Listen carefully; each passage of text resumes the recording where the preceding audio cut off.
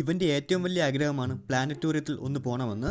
ആദ്യം ഫാമിലി എതിരായിരുന്നുവെങ്കിലും പിന്നെ ഇവന്റെ വിഷമം കണ്ട് അവരവിടേക്ക് കൂട്ടിക്കൊണ്ടുപോയി. ടെലസ്കോപ്പിലും ഫിസിക്സിലൊക്കെ ഇവന് മാരക ക്രൈസ് ആയിരുന്നു.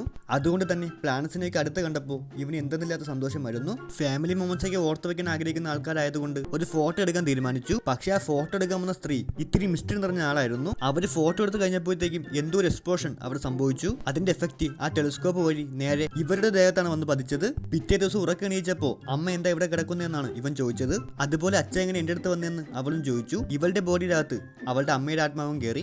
ആദ്യം മറ്റവൾ ഓടി വരുന്ന കണ്ടപ്പോൾ ഇവർക്ക് ഷോക്കായിരുന്നു. ഇവിടെ ഇപ്പോൾ എന്താ സംഭവിച്ചെന്ന് വെച്ചാൽ അച്ഛന്റെ ആത്മാവ് മോന്റെ ബോഡിയിലേക്കും അമ്മയുടെ ആത്മാവ് മോളുടെ ബോഡിയിലേക്കും അതുപോലെ തിരിച്ചും ട്രാൻസ്മിറ്റ് ആയി. ഭാഗ്യത്തിന് കൊച്ചിന്റെ ബോഡി മാറിയിട്ടില്ലെന്ന് വിചാരിച്ചപ്പോഴാണ് അവിടുത്തെ പട്ടി രണ്ടേ കാലിൽ നടന്നു പോകുന്ന കണ്ടത്. കൊച്ചിനെ നോക്കാൻ ഡെയിലി ഒരു ആയ വരുമായിരുന്നു. അവ ഇപ്പൊ പെട്ടിരിക്കുകയാണ്. കാര്യം ഇതിലിപ്പോ പട്ടി ഏതാ കുട്ടി ഏതാന്ന് തിരിച്ചറിയാൻ പറ്റാത്ത അവസ്ഥയാണ്. പട്ടിക്ക് വെച്ച വെള്ളം കുട്ടി കുടിക്കുന്നു, അതുപോലെ കുട്ടിയുടെ ടോയ്ലറ്റിൽ പട്ടിയിരുന്ന് പെടുക്കുന്നു. ഇതൊക്കെയാണ് അവിടെ സംഭവിച്ചുകൊണ്ടിരിക്കുന്നത്. ആ കൊച്ചിന്റെ സ്വഭാവം മുഴുവൻ പട്ടിയുടേതായി മാറിയിരുന്നു. പട്ടി അപ്പിയിട്ടിട്ട് ഇരുന്ന് നിരങ്ങുന്ന പോലെ അവനും കാണിക്കാൻ തുടങ്ങി. പേപ്പറൊക്കെ കടിച്ചു കയറി എറിയാൻ തുടങ്ങി. ബോൾ എടുത്ത് എറിഞ്ഞിട്ട് തിരിച്ചെടുത്തോണ്ട് വരാൻ ആ പട്ടിയോട് പറയുന്ന പോലെ ഇവൻ ആ കുട്ടിയോട് പറയേണ്ടി വന്നു. അപ്പോഴത്തേക്ക് ആ പട്ടി സ്നഗ്ഗി എടുത്തോണ്ടൊന്ന് എനിക്ക് ഇട്ടുതരാൻ പറഞ്ഞു. അവ ഇട്ടുകൊടുക്കുകയും ചെയ്തു. വീട്ടുകാരെ ഒന്ന് നോക്കിയപ്പോൾ ഇവൻ കുട്ടീനെ കൂട്ടിലാക്കിയിട്ട് പട്ടീനെ സ്നഗ്ഗി ഇടിപ്പിച്ചുകൊണ്ടിരിക്കുന്നു.